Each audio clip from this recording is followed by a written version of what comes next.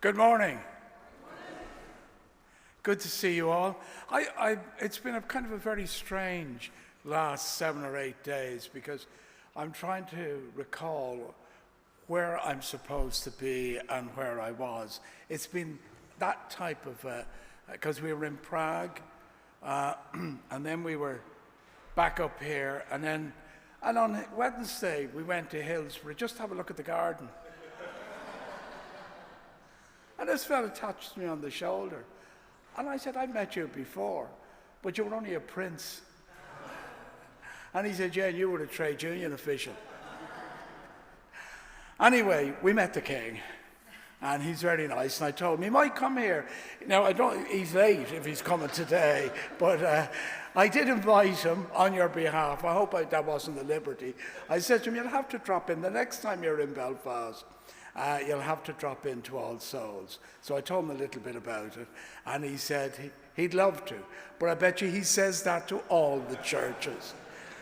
But you never know, And he's very nice. And myself and Isabella were a little bit concerned about the Queen. She looks a bit frail, and I think she needs to be very, very careful to mind herself. Because everybody wanted to meet them. And of course, they go everywhere and everybody wants to meet them, have their few words with them. And they were amazing. Like, they spent so much time with everybody in Hillsborough that it was a wonderful day. But also, we were in Prague, and we were in the Prague Unitarian Church, and we had a lovely Sunday service with our Czech colleagues, Czech Unitarians, who, as you can well imagine, all speak Czech. And even the ones who speak English, I'm not sure knew what I was saying, but not to worry. But more important than that, they had an international art exhibition on, and Isabella was one of the 2 judges. Yeah, no, I know you don't want me to talk about it, but I'm going to. And this wonderful woman turned up, Cliona Manahan, a fascinating lady who is only the Irish ambassador to the Czech Republic and the Ukraine. And she said that it was absolutely wonderful for her to come to an art exhibition and see a Dublin girl like herself judging the exhibition. So well done, Isabella.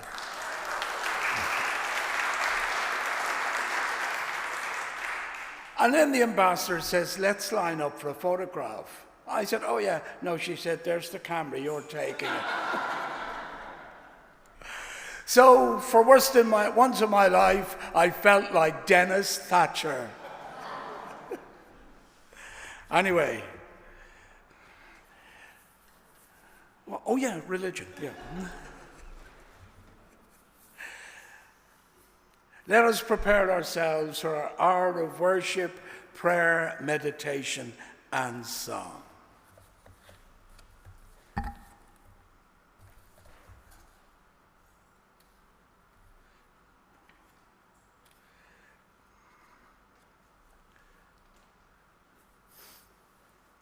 Come into this house of worship.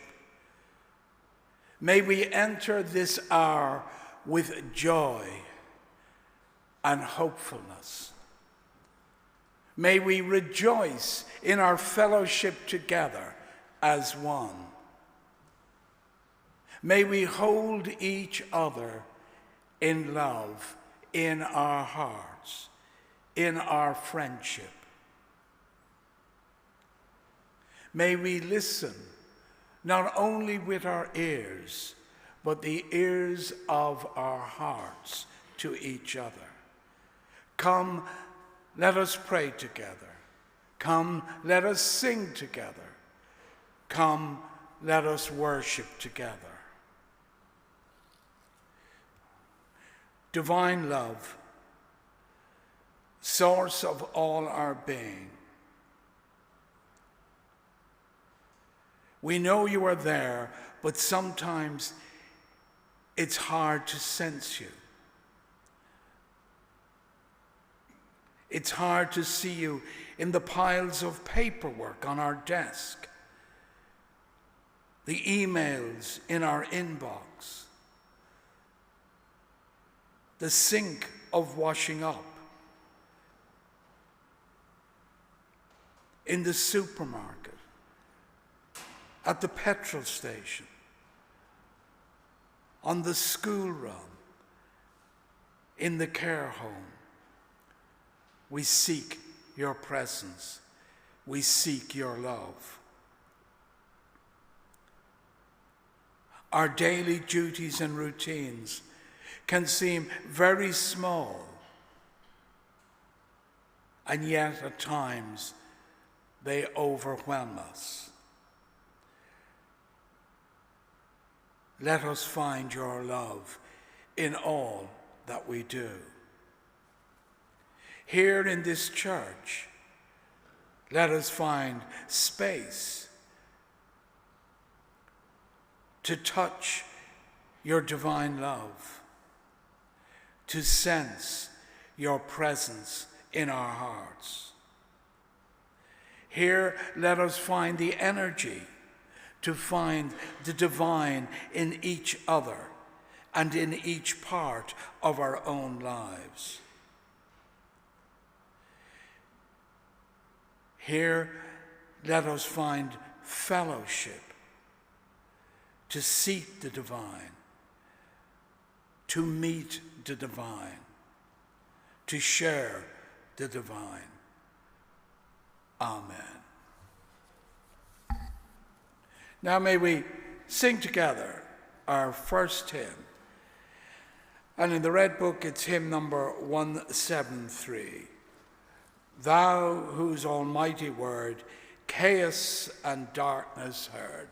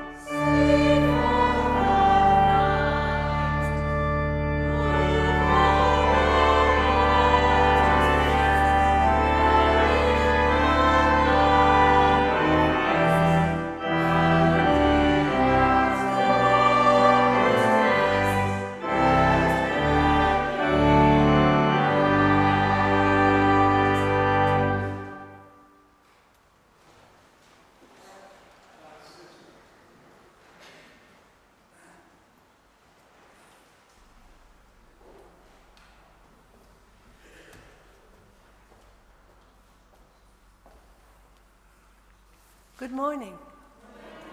I am Susan Crowther, and it is my pleasure to read to you today. Firstly, from the New International Version of Genesis 11, then from the UNESCO website, and finally, a poem by Dr. Ashish Paul. The Tower of Babel, Genesis 11, verses 1 to 9. Now the whole world had one language and common speech. As people moved eastward, they found a plain in Shinar and settled there.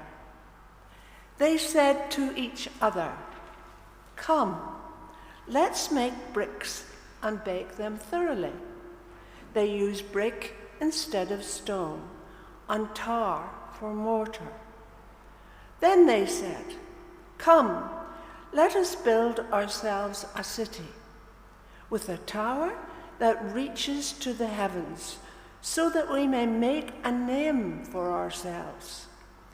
Otherwise, we will be scattered over the face of the whole earth." But the Lord came down to see the city and the tower the people were building. The Lord said, "If as one people, speaking the same language, they have begun to do this, then nothing they plan to do will be impossible for them. Come, let us go down and confuse their language, so that they will not understand each other." So the Lord scattered them from there all over the earth, and they stopped building the city. That is why it was called Babel, because there the Lord confused the language of the whole world. From there, the Lord scattered them over the face of the whole earth. Then, from the UNESCO website, according to the World Atlas of Languages methodology, there are 8,324 languages spoken or signed, documented by governments, public institutions, and academic communities. Around 7,000 are still in use. On this atlas, every language is marked distinctly according to its type, structure and affiliation, its situation, state and status, and finally, functions, users, and usage. The number is constantly changing because new languages emerge every day. These languages are dynamic and living, but with the advancements in lifestyle, 1/3 of these languages face certain risks of extinction. It is estimated that around 915 languages in the world have already become extinct. Mandarin Chinese, Spanish, English, and Hindi are the top 4 first languages spoken around the globe, with English being the top first plus second language, which is just under 20% of the world population. Today's society is rife with issues centering around what and who is considered the other. People who are different, even if the difference comes in the form of class, culture, race, or religion. Now, a poem by Dr. Ashish Paul.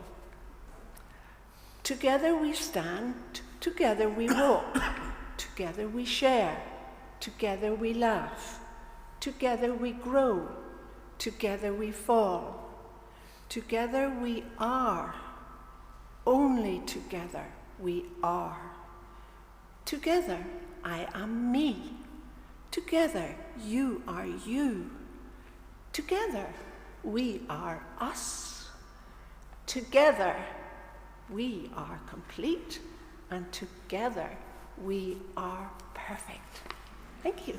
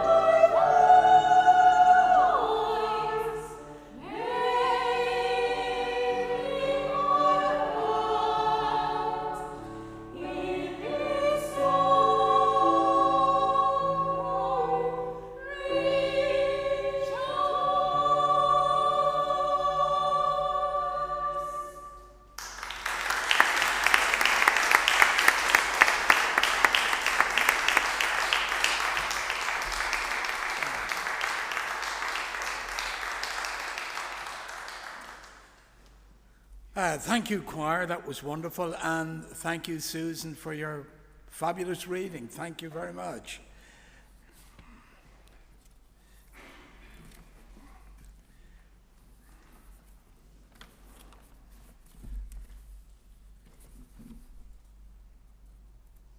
Just looking for something.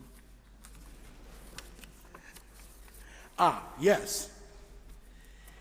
Whilst we were in Prague, we took the opportunity just to glance at the home of, well, what was the home of Václav Havel. Václav Havel is one of my all-time heroes. He's probably one of the world's greatest contributors to the concept of free thinking and free spirit. And he ended up, of course, president of Czechoslovakia and then the Czech Republic. And it always saddens me that you see people, lots of young people, and I did it myself in my time, walking around with T-shirts with Che Guevara on them. Che Guevara was, retrospectively, no hero of mine. He was the person who wanted to close people's minds down and in many cases personally executed people in communist Cuba.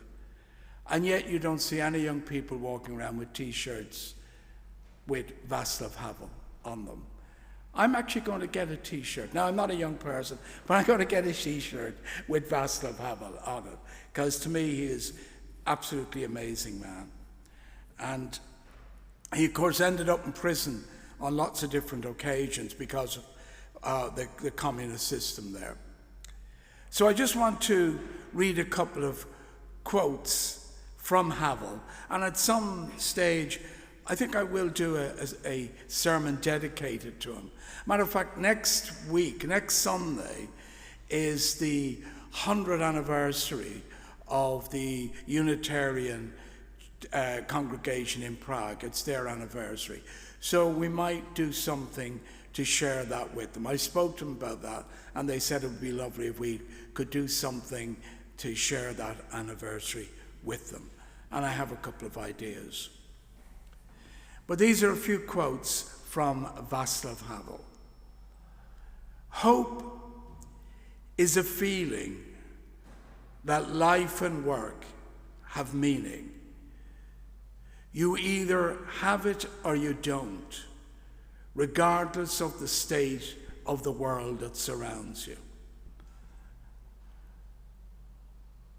The salvation of this human world lies nowhere else than in the human heart, in the human power to reflect, in human meekness and human responsibility. Without free, self-respecting and autonomous citizens, there can be no free and independent nations. Without internal peace, that is, peace among citizens and between the citizens and the state, there can be no guarantee of external peace. Three profound quotes from Václav Havel. And they're not abstract quotes, they're not academic. They're his experience living through the dark days of Stalinism in Czechoslovakia, what was then Czechoslovakia. Let us pray.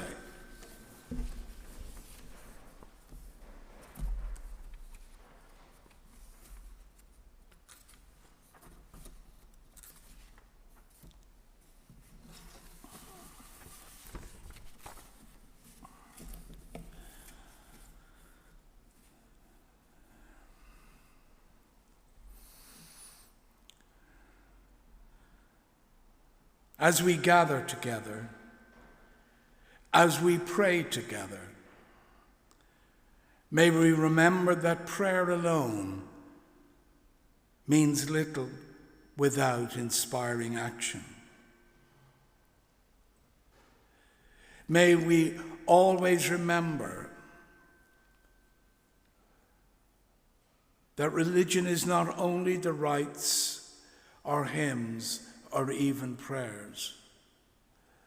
The holiest worship is in loving, peaceful, and a generous life.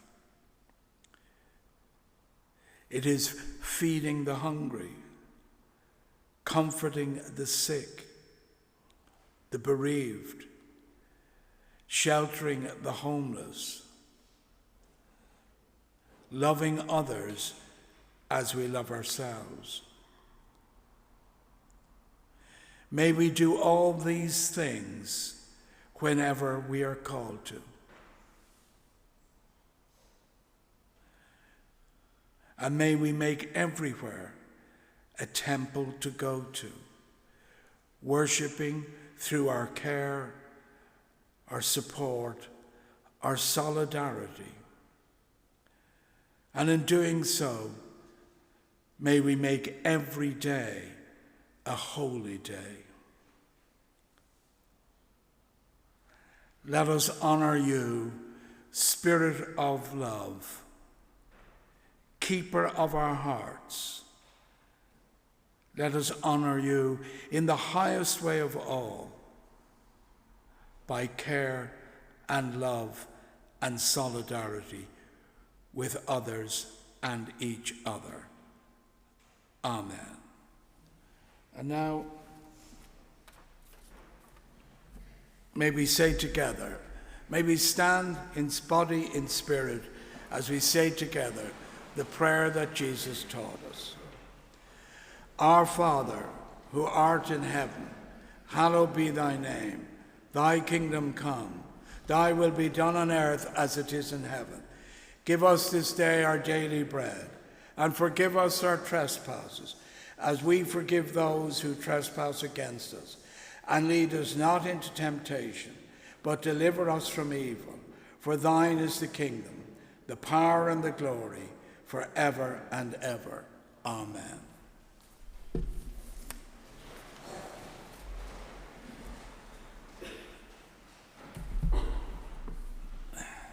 Now, our next hymn in the Red Book is hymn number 178.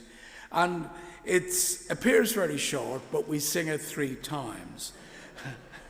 And the first time we sing me, the second time we sing us, and the third time we sing all. Now, just a bit of clarification on the me bit.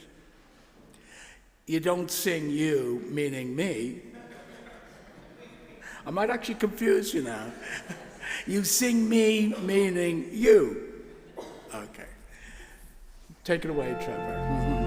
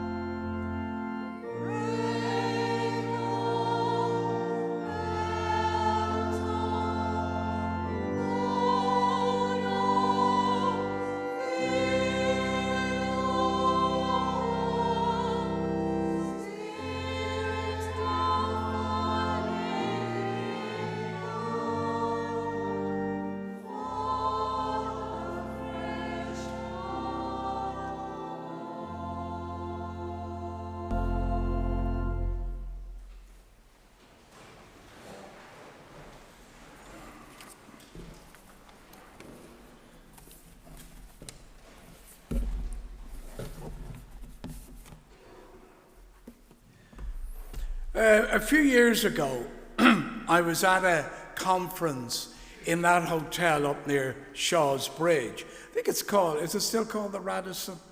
Well, anyway, it was there. And I met a man called Tom Tugendhat. Now, some of you may recall Tom Tugendhat. He was one of the candidates for the leadership of the Conservative Party.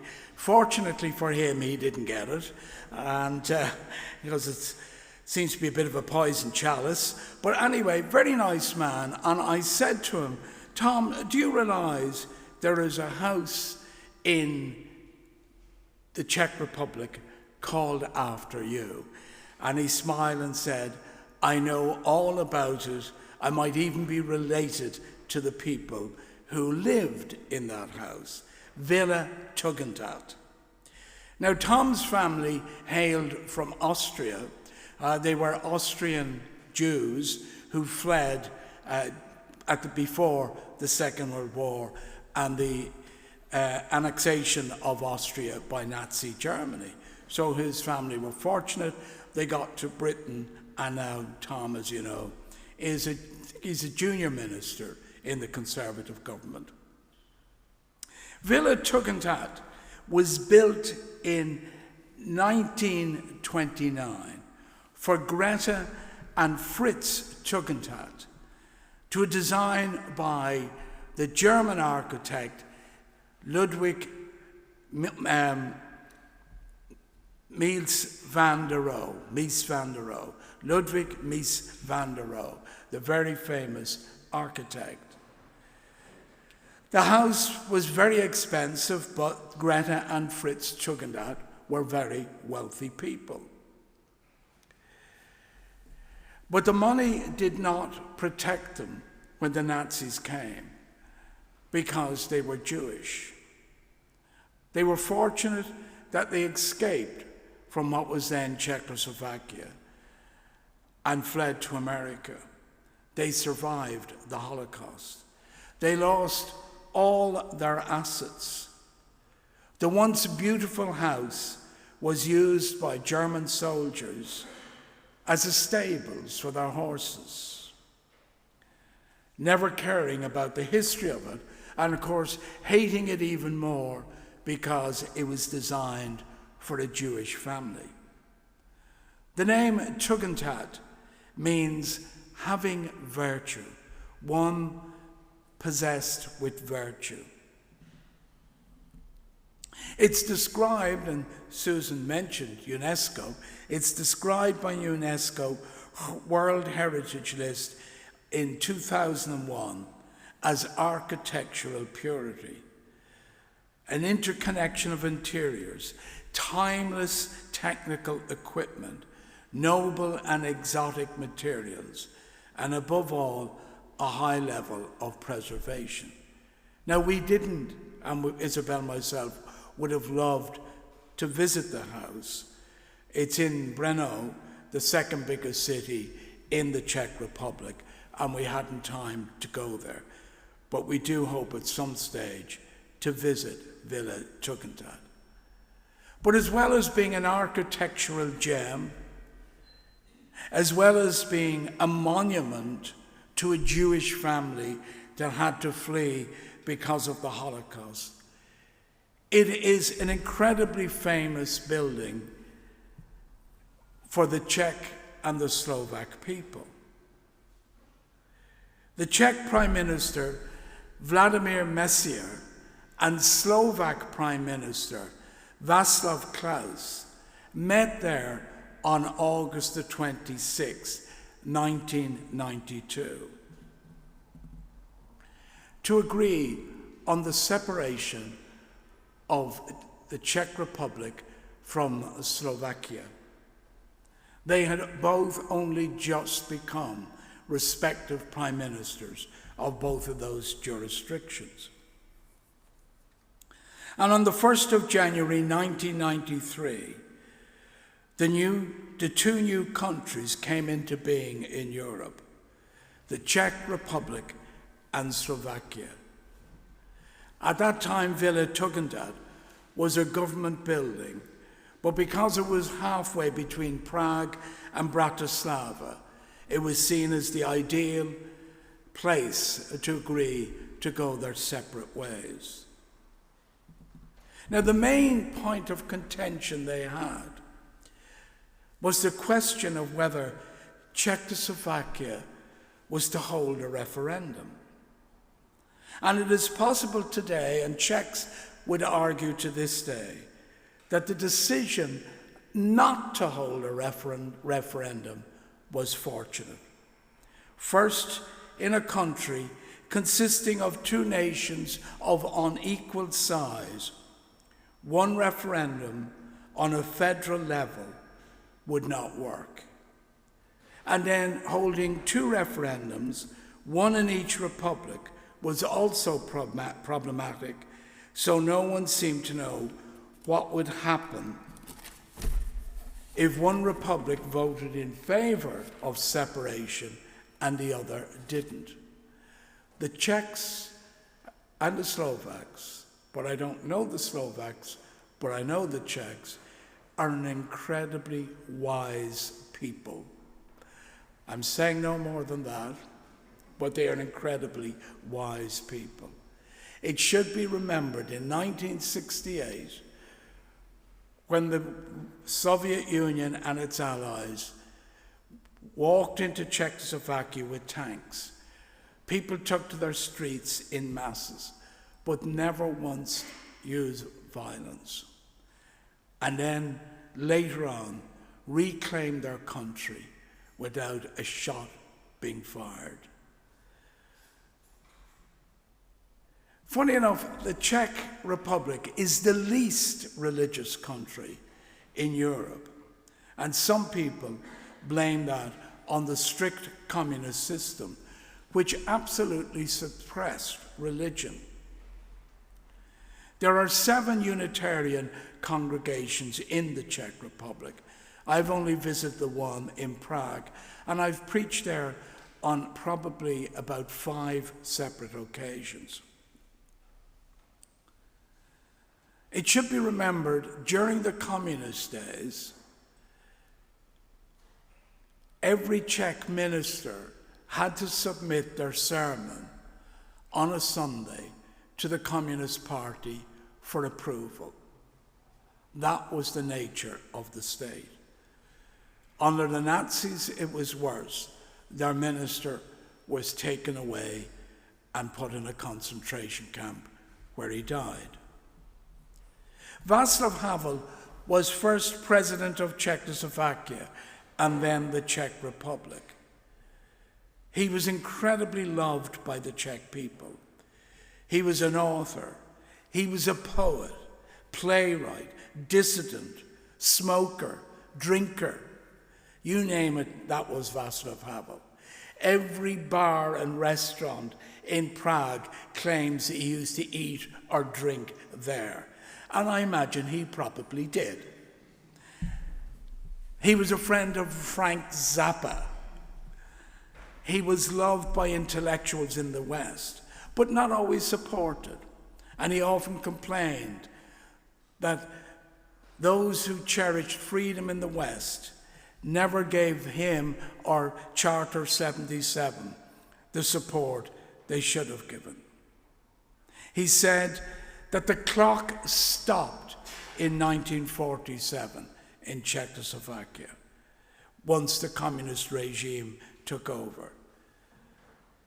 The clock stopped. Nothing moved. Not a new thought. No sense of freedom. Now, with young people, it was a little bit different. Because I remember not long after the fall of the Berlin Wall, Isabel and myself drove to Berlin to celebrate with the people in Berlin at the collapse of that totalitarian regime. And then we thought, why don't we drive down to Prague? So we drove down to Prague, and we were with a crowd of young people outside the clock tower, the famous clock tower in Prague City. And they were all singing, "We all live in a yellow submarine." How many people here remember the song Yellow Submarine by the Beatles. That was their anthem. And it was their anthem because they felt it was the last song they heard before the communists took over. And then they also felt living under such a totalitarian regime was like living in a yellow submarine. And when eventually the system collapsed and thousands of people took to Wenceslas Square, and Havel came out onto the balcony of the wonderful museum and art gallery at the top of Wenceslas Square, the crowds shouted, "Havel nach Rad, Havel nach Rad, Havel to the castle being on the other hill, which is now the home of the president." And Havel, one of the things, when he did get to the castle, and he looked at the uniforms of the guards on the castle, and he thought they were the dullest looking uniforms he'd ever seen in his life. So now, and I'm not just saying this, but I think he was influenced by bands such as the East Belfast Protestant Boys Marching Band. Because now the guards wear bright blue and bright pink uniforms. I may be wrong on that, but he could have been. It was difficult for a dissident. It was difficult for a free thinker to assume the role of a political leader. You can imagine the contrast between free thinking, always been the master of your own outworkings, having to merge that with political duties and obligations. His life was filled with contradictions, but aren't all our lives filled with contradictions? And yet his work was consistency, always maintaining the free spirit, as I said in the quotes from him earlier on. He wrote the famous essay, "The Power of the Powerless." For me, his most profound statement ever, I believe this to be his most profound statement, was regarding what he called utopian dreamers and the many who will die to make their dreams come true. The utopian dreamer will deliver us all to our death. The utopian dreamer will sacrifice 100. He'll sacrifice 1,000. He'll sacrifice millions for his utopian dream.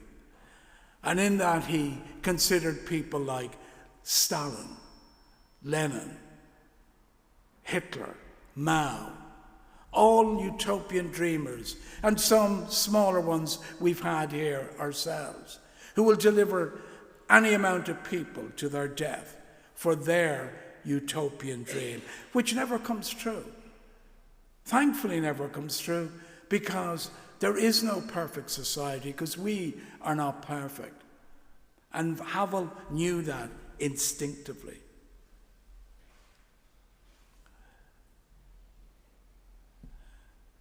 He clearly knew the limits of man and not setting the bar too high for humanity.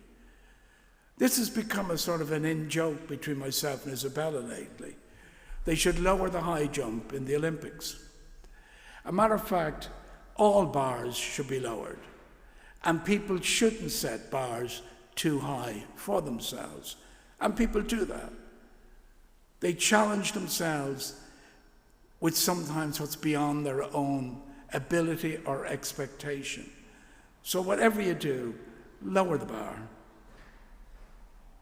He believed that. There is a symmetry with that and that other dissident, the man from Galilee, Jesus, who said, "Not boasting beyond our measure, that is, in other men's labors, but with the hope that as your faith grows, not building ourselves up too much, Don't overdo the CV. Surprise them when you arrive. Matter of fact, downplay it, but then you mightn't get the interview. Let the people know you by your work and by your modesty, says he who has little or no modesty. Now, I know that's difficult to consider. And it's always difficult for us to not oversell ourselves. But at times, as Havel would say, measure carefully what is possibly human for us and for others. Amen.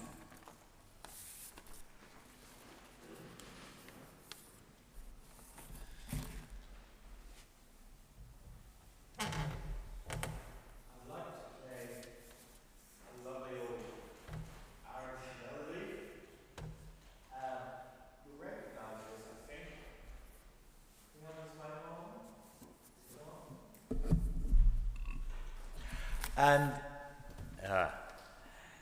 in English, we might say to a beloved, we might say, "You are my heartthrob." Yeah? Well, if we were speaking in Irish, I'm not an Irish speaker, but apparently we would say, "Macushla."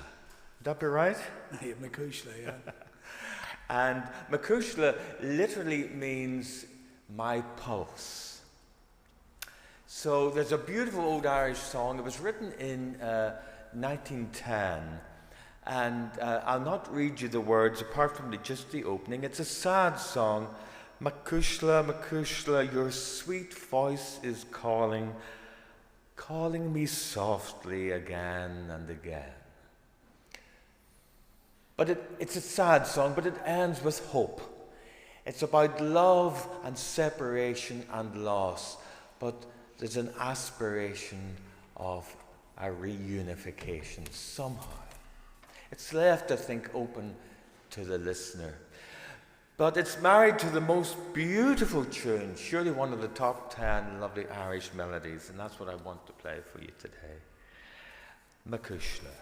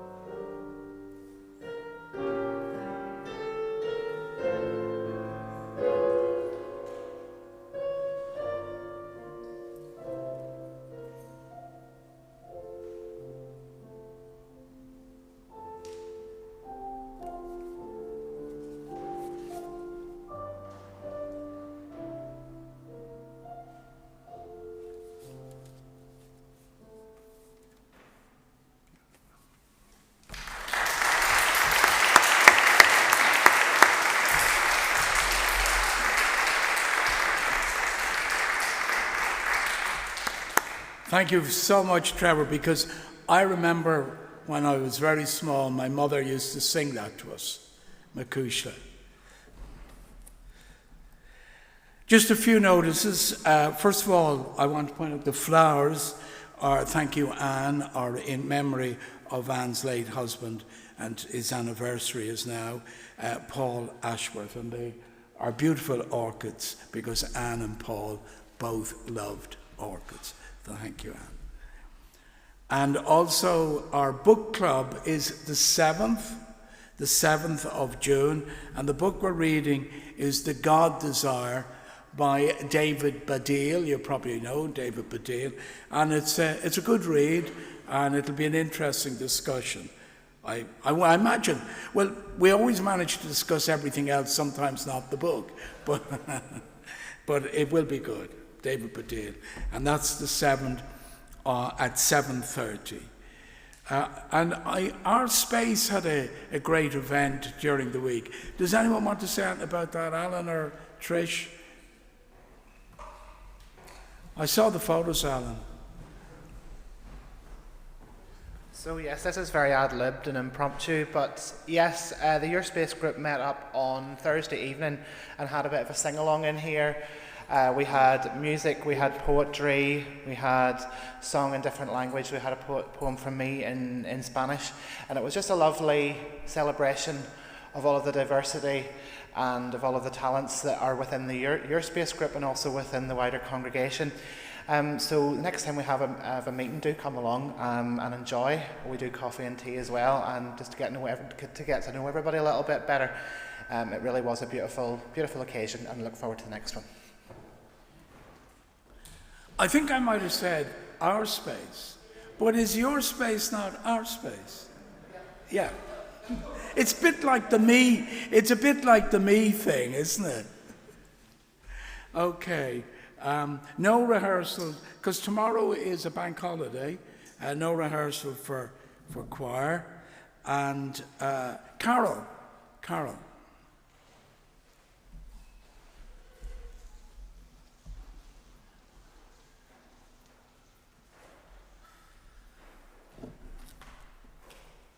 As you know, the Women's Common Room Club, Queen's University Women's Common Room Club, has run many events in this church and deeply appreciates all the opportunities we've had here. So I just want to say that this Thursday, we invite you to cook in the Rosemary Hall at 7 o'clock for a glass Prosecco. 7:30 is the start of the meal. The food is provided by the fanatically industrious, enthusiastic cooks of the Women's Common Room Club, which include myself, and it's an Indian meal, and it should be a good laugh and good fun, and it's £20 a head. I would like you to tell me if you're thinking of coming, because we have to balance the amount of food out, right? But you can pay on the night. I don't want your money today, all right? So pay on the night, and I'd appreciate if you just said to me that you thought of coming. Thank you very much. Sue, is there anything else that I left out? No? Is that everything? That'll pass. Sue's, in case you think it's a women's only because the Women's Common Club, we actually have a joint treasurer, that's Sue and Julian, right? So, thank you. Thank you, Carol. And now we'll take our collection.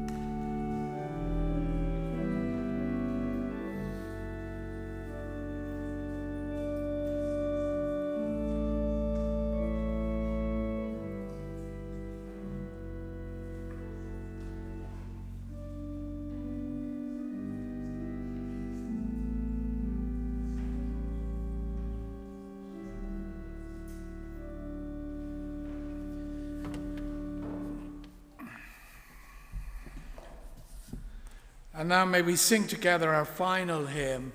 In the Red Book, it's 177. Breathe on me, breath of God.